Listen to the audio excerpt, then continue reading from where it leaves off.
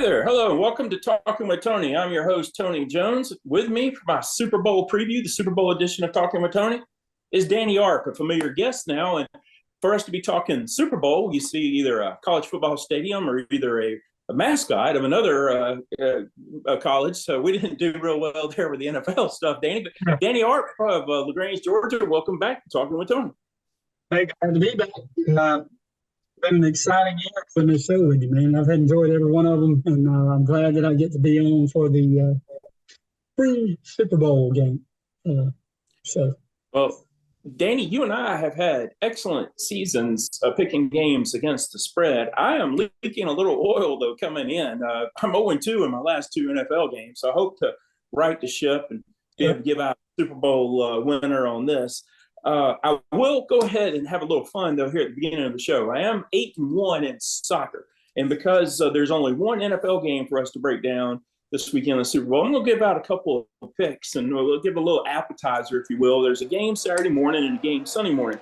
For the game Saturday morning, I'm going to go with Brentford. Brentford's been really good to me. They're underdog at the Wolves. So give me Brentford plus that half a goal on Saturday.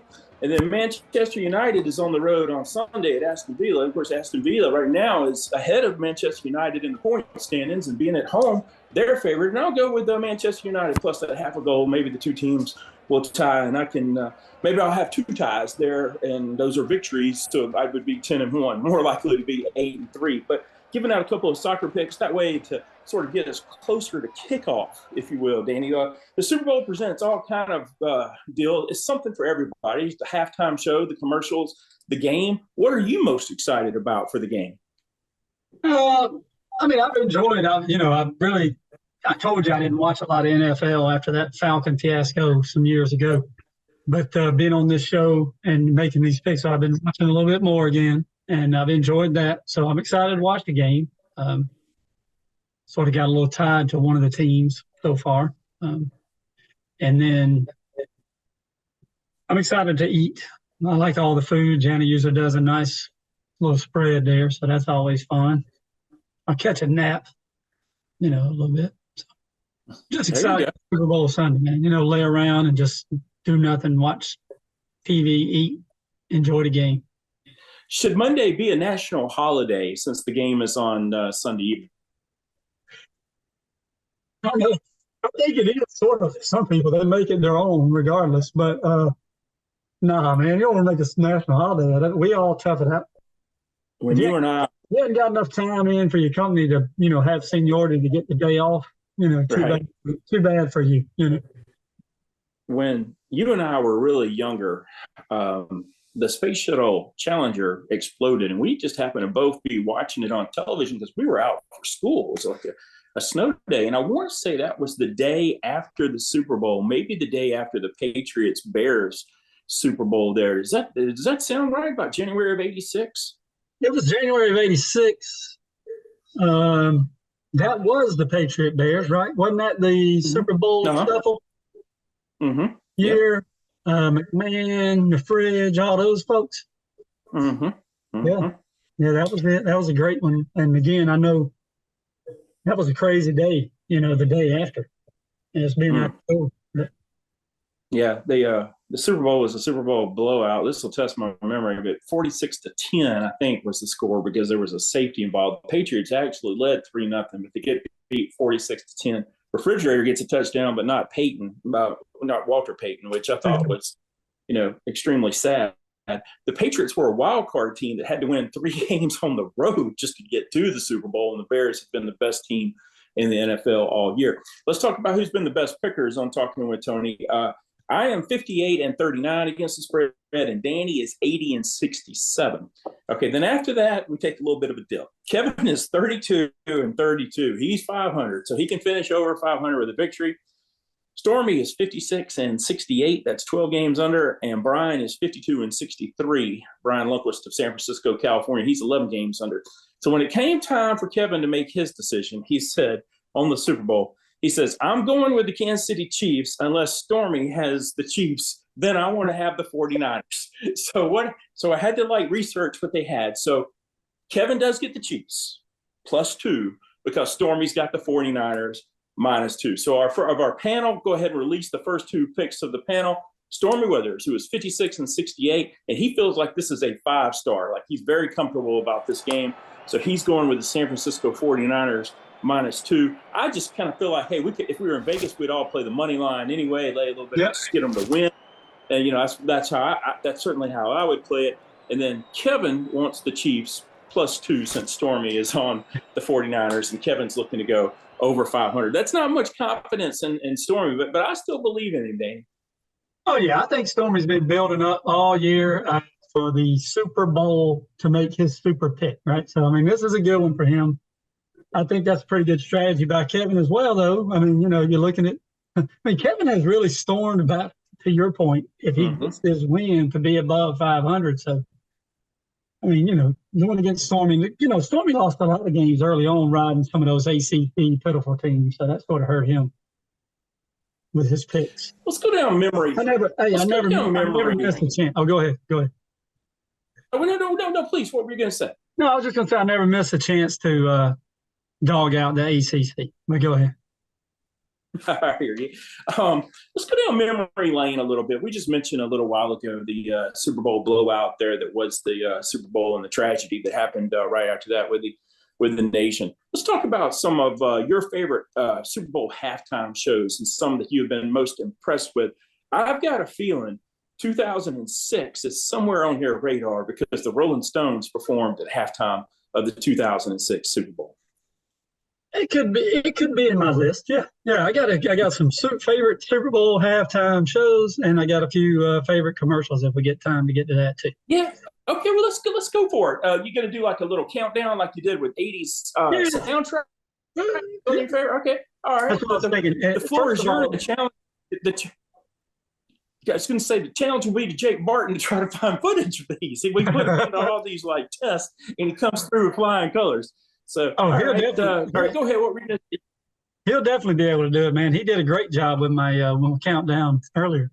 I was going to tell you one thing I did, not that you need it because you're always right. I did fact check it was 46-10 blowout, by the way, in the earlier Super Bowl. Okay, I appreciate it. So once again, you were that was a good.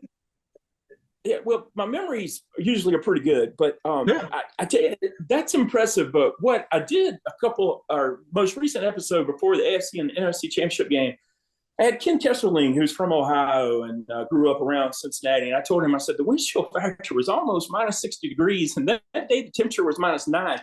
And Jake goes and finds the game. And when they put the graphic up of the game in 1981, the Freezer Bowl, the so-called Freezer Bowl, the AFC Championship, and right there on the screen it said -59 wind chill factor and -9. I was just so stoked that I was a little kid then, but I remember how cold it was. They talk about that Green Bay being the ice bowl and all, but it was that San Diego Cincinnati is the coldest, and it was tough for those Chargers to play in those kind of conditions, needing to throw the ball. And can you imagine? You played football. Can you imagine having to go to the ground on the turf as cold as that would have been? No way, man. We played when we went to state, then we'll get into stuff, but we went to state my junior year in high school. We had to go play Worth County in the semifinals, I guess, down south. And it was about 13 degrees that night. And that was horrible, man. I mean, we lost 44-0. That was bad enough. And then to freeze to death all night was ridiculous. So I don't know how they do it, man. I guess it's the paycheck coming in. That's why they do it. But anyway, didn't they shoot the cannon every time Worth County shot the cannon? They scored 6 touchdowns and a safety. Shot the cannon off every time they did it. But did Nathan Snellins block a punt? Something happened for you guys that night. No. Something good happened. I don't think the only thing good. Listen, the only thing good that happened out of that trip, because we took a chartered bus, stopped at Ryan's Steakhouse on the way. The only thing good, and some parent had pulled a prank and hired a stripper to come into the dang place on a high school football game with like this. I mean, it was the most inappropriate thing. They didn't strip, but they were not dressed appropriately for high school guys, man. I always blame the loss on that we lost our focus. We lost your focus. I mean, yeah. That was the only thing good that happened on that trip. how does one overcome that? All right, let's hear your right. countdown of favorite halftime All performances. right, all right. Let's start with the halftime performances. A little recap, just so everybody knows. Halftime shows were not always a big thing. There was always some kind of entertainment, just like going to high school. But in '67 was the debut of an actual, halftime performance. And it was not a star; it was the Arizona Symphonic Band. So Okay. that went on for a while. They played the likes of The Sound of Music and Saints Go Marching In, your typical stuff. Okay. Then they said, "Oh, let's up the game a little bit." So they come up and in the late '70s, they bring out an Elvis impersonator. Everybody thought it was Elvis, an Elvis impersonator who did a show. That was pathetic. So the real show that actually hit it, and this comes in on my list at number 6, was the first one to kick it off. It was Michael Jackson, 1993. Dallas Cowboys and Buffalo Bills out in Pasadena. See, now I'm gonna have to let you get the teams because I know you can do that. I don't know about that, but I do remember that show. But yeah, he did that. He started it all off. He did. He sang "Heal the World" at one point. I do remember that. Heal the world, make it a better place. Yes, he did that. He did Billie Jean, and then he had just come out with Black and White. So that's what you get from Michael Jackson. Okay, let me check them off. That was 6. Number 5 on my list is Bruno Mars, Beyonce, and Coldplay in 2016. Now, I got to interview. If that's number 5, I can't wait to hear the top 4 because I thought that was a fantastic halftime performance. Listen, it was a great show, man. But I'm telling you, that was my number 5, and that was the Atlanta Super Bowl, right? Mm-hmm. Yeah, people want to forget about that. That most. But listen, the beauty of it, Anthony, is I had been sitting there in my house playing golf. I've gone to play golf, got on the couch on Saturday, and my wife and I were bugging me about Bruno Mars, that he had opened up a concert the night before on Saturday in Atlanta. Mm-hmm. And I just happened to Google it, man, and I guess there was the last few tickets. I got 3 tickets for like $200 each. And my wife, Allie, and I went and saw Bruno Mars the night before. It was fantastic. That is sweet. And you can catch him in Honeymoon in Vegas as a kid performing at Elvis. He's sort of like an Elvis impersonator there in one of the shows from Las Vegas. And that movie's probably from 91, 1992, very, very early 90s. So you'll see how young he is. But he's in that movie, Honeymoon in Vegas. All right, Danny, that's number 5. Hey, and if you're making a check, that's probably the 3rd or 4th time we've mentioned Honeymoon in Vegas on this show. It's a great movie. All right, so that's 5.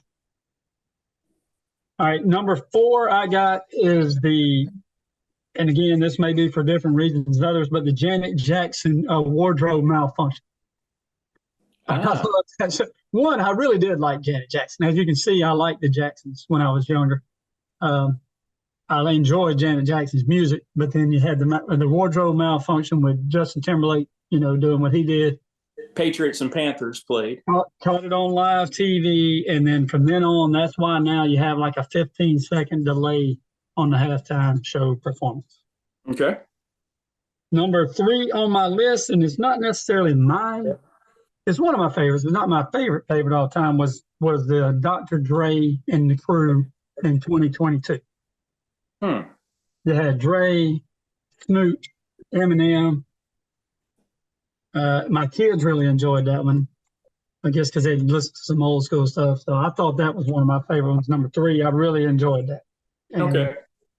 I always liked Dr. Dre. I was 22 when he came out with his first album as Dr. Dre in 1992. So I got hooked on it. I want to tell you, you've caught me by surprise because I know there's 5 or 6 Super Bowl halftime performance shows of music that you like, and we've only got 2 spots because you've got Prince in the Rain in '07 that is still out there. That was the Colts Saints game. Paul McCartney in 2005. You got Tom Petty. I thought Tom Petty out in Arizona in '08 was phenomenal. That was the Giants win that kept the Patriots from being undefeated. And then there's a Bruce Springsteen in '09. I mean, they really went with power there from 2005 to 2009. Madonna. I don't think you're a big Madonna fan, but Madonna had a great one a few years after that. And often overlooked in 1990 in New Orleans, the late Pete Fountain, Doug Kershaw, and Irma Thomas put on a heck of a jazz show in New Orleans in that 55 to 10. The 49ers beat the Broncos. Pete Fountain, Doug Kershaw, and Irma Thomas. It's often overlooked, but it was down in New Orleans and they played jazz. It was the 1990 Super Bowl between the Broncos and the 49ers. Yeah, that was a good one. Well, number 2. You mentioned some of them. Number 2, oddly enough, you may be surprised, is the Rolling Stones in 2006. Okay. It was Start Me Up. They had Start Me Up. They played Satisfaction. And then they played the song. I can't even remember the name of it. It was off of that new album they had. But yeah, it wasn't a well-known one, but it was the Start Me Up and the Satisfaction was well worth with those 2 performances. That Super Bowl, Danny, was in Detroit. So did the NFL miss the moment there by not giving some kind of Motown in Detroit? They probably could have done a Motown thing on that. It probably would have worked out better doing it up there. But the Stones weren't really as popular then. You know what I'm saying? I mean, they were always popular with the Stones fans, but they weren't like mainstream, like people didn't just love them, you know? People weren't really listening to it all the time. You know, you had to be listening to a classic rock station to listen to some Stones back in those days, you know? So here's the deal. If the Stones are number 2, then if Prince is number 1, which was the following year in 2007, the 49ers win. If it's anybody else, the Chiefs win. So who is number 1, Dan? Number 1 is probably the most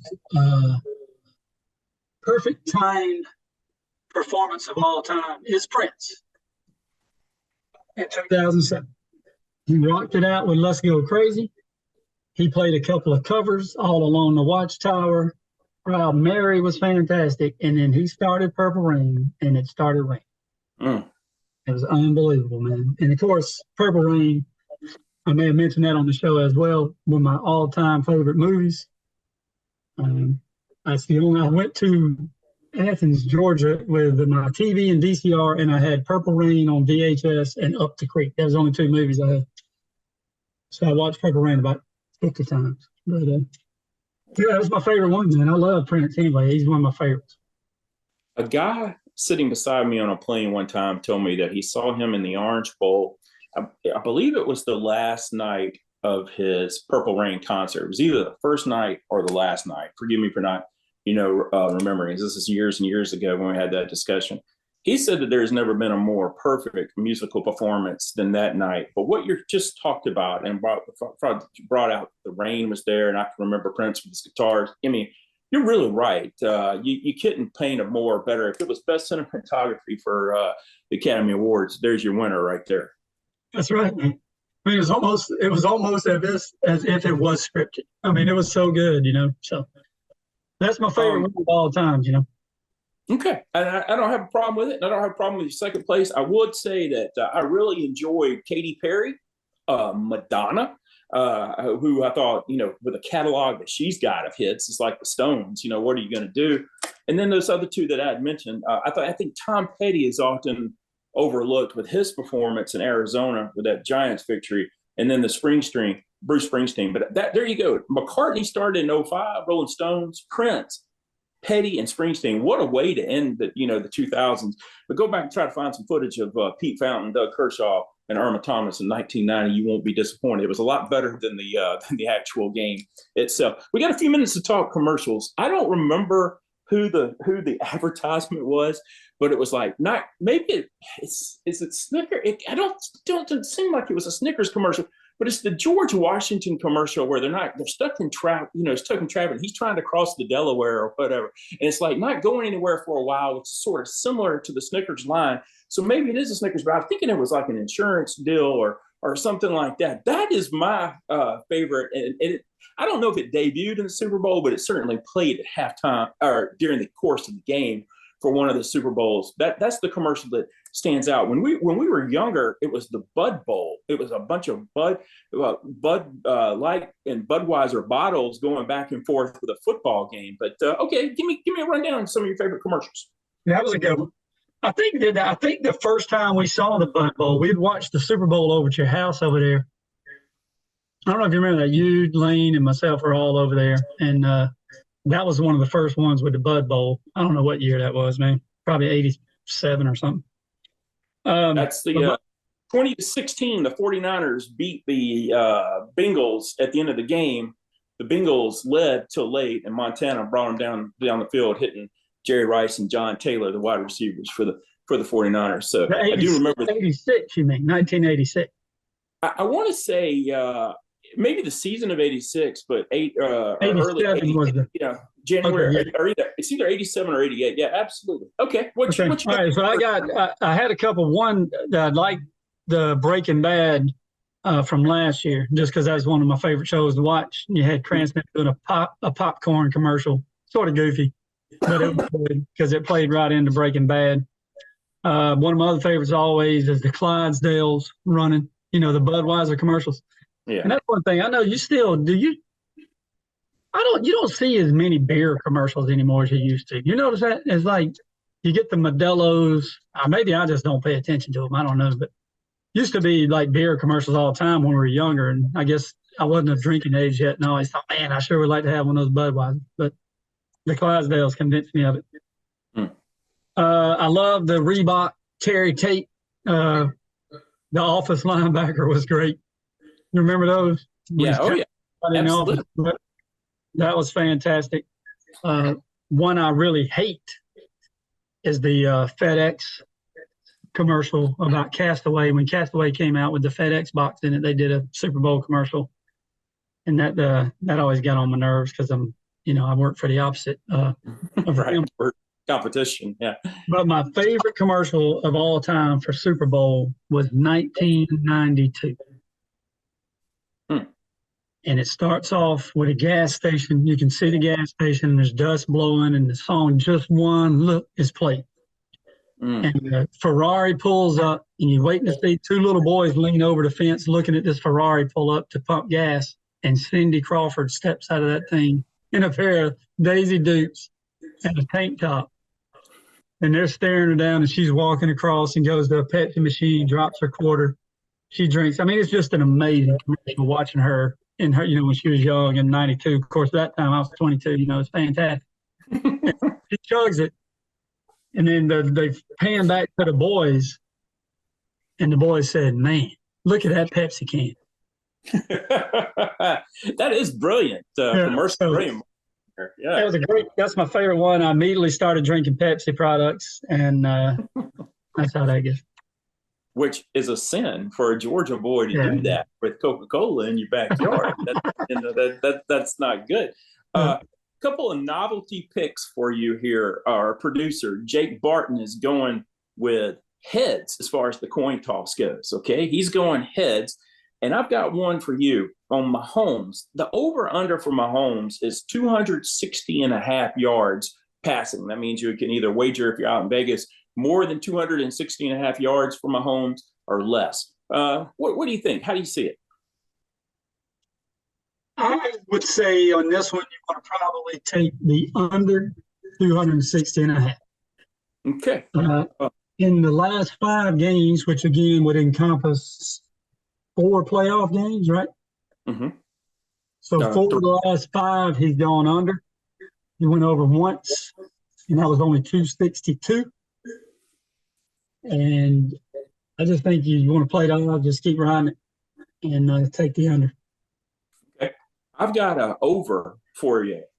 Purdy, the quarterback of the 49ers, and that's Purdy, Jake. But Brock Purdy, to throw an interception, yes or no? I like yes for him to throw an interception. Doesn't mean that I don't believe the 49ers can't win the game, because I'll go ahead and tell you right now, that is my pick.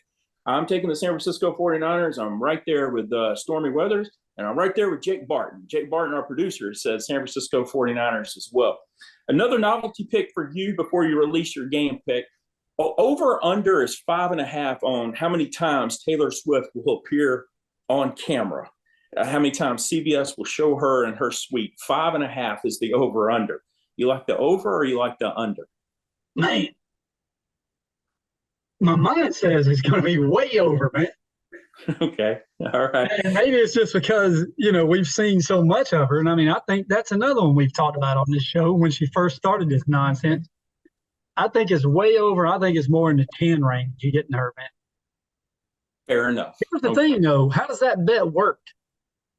Let's say you take the prop bet and you bet the over or the under, and then she doesn't even go. Well, I guess you'd be good with the under, but if you take the over and she doesn't even make it to the game, you'd be reimbursed. She has to appear for action. Yeah. Copy that. That's all I'm wondering. I need you to know. Yeah.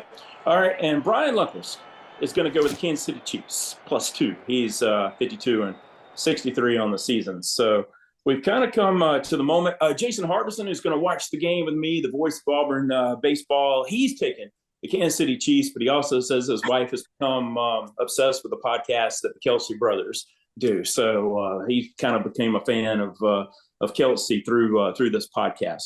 It's time for Danny Arp to reveal who will win the Super Bowl. Will it be the 49ers or will it be the Chiefs? All right. Well, I sort of did some polls. I've got a couple of suits to work with me here. They, found out, and they're all 5 are on the Chiefs. They're younger than us. They're low 30s, late 20s kind of folks. All on the Chiefs. One of them's from Kansas City, great baseball player. And so they took that, and then they started bringing some crazy stats. Because you may have already seen them. I guess it's going around TikTok. I hadn't seen it, but there's a bunch of stats going around where they're saying that it has to be the Chiefs because of all this stuff. And Taylor Swift. Taylor Swift's favorite number is 13. This is Super Bowl 58. 5 plus 8 is 13. If she makes it to the game, this will be the 13th game she's attended. She's got a song called 13. It's on February 11th. Add them together. What you got? 13. If she does make it, the flight from Japan is 13 hours to Las Vegas. And if you subtract 13 from 100, which I don't know where they got the 100 from, but it gets 87, which is Kelsey's, right? Mm-hmm. All that being said, I think that's a bunch of junk. Taylor Swift has worn out her welcome, number one. Mahomes has, and I've been against Mahomes, and that may be the problem in the last 3 picks. And he's shown me wrong every time. But I do not think, and we talked about this about 3-4 shows ago, San Francisco has been fantastic, right? And you brought up the fact that the person who has worn, the team has worn white, has won the last 5 Super Bowls, I think. No, because the 49ers wore these white jerseys 4 years ago against the Chiefs and lost in them. But I wanted to see the 49ers because I think that's the best. That's what you were saying. You wanted to see them in the white jersey. The gold pants, the gold helmet, the white jersey in the Super Bowl, to me, reminds me of those old days. Actually, that Super Bowl that I just referenced in 1990 that the 49ers beat the Broncos 55-10, I think was the score, that wore the gold pants and the white, the white tops. So, yeah, that's where I was going with that. And I get to see that one more time because they'll be in those white. Well, I think Purdy and I think the offense, they're going to do great. I think the over-under on this thing's 47.5, right? That's correct. I think it's going to go over. Not that anybody wanted that pick, but I'll give it to you. But I do think that the San Francisco 49ers will cover the 2 points. I think it's a touchdown win, San Francisco. I like it, and I'm on the 49ers as well. I think they're going to win the Super Bowl, and all that 13 stuff. I always heard 13 was a jinx, a superstition. You don't want all that. So out of all that, AJ, the stupidity of doing all those 13s, and what's Purdy's number? 13. That's what I'm saying. Come on, dude. You can't use all these 13s to your advantage, and then Purdy's number 13. More importantly, I believe Christian McCaffrey is going to win the MVP because everyone says the 49ers can't run the ball against the Chiefs, and the Chiefs can with somebody like Snead, and he's an outstanding defensive back, outstanding coverage guy. They can put more people against McCaffrey. But I think McCaffrey is going to run his way to the end zone for a couple of touchdowns. I think he's going to be the MVP. He played at Stanford. He's just a year apart from Miles Fuller, who is the central character of my book coming out March 26th, who played at Stanford. So I would like to think that even though he was number 5 back in the day at Stanford, was what McCaffrey wore in high school and college, I would like to think that McCaffrey, because this book's coming out, shortly after the Super Bowl, and they're just a year apart from each other at Stanford, McCaffrey's going to get the MVP. How about that? I love it. I love McCaffrey. I love the guy at Stanford. I mean, he's been great this year. I would love to see him go off on these jokers, man. There is a wager that if you're at a sports book or online that I do like. It's the 49ers fullback, Kyle, starts with a J. His over-under for catching passes is like a half a pass. You either go over or you go under. I like him to be over because Purdy might be under some duress and might need to dump off the ball. And if you can find something on the former Georgia Bulldog, Charlie Warner, haven't been able to find any number with him because they just don't throw the ball much to him. He's a good football player. He's a really good blocker. And he can catch the ball also. He might be in line for a reception. His odds are like 70-1 to score the first touchdown. I might just put $5 on that just for the heck of it. Yeah, I like it.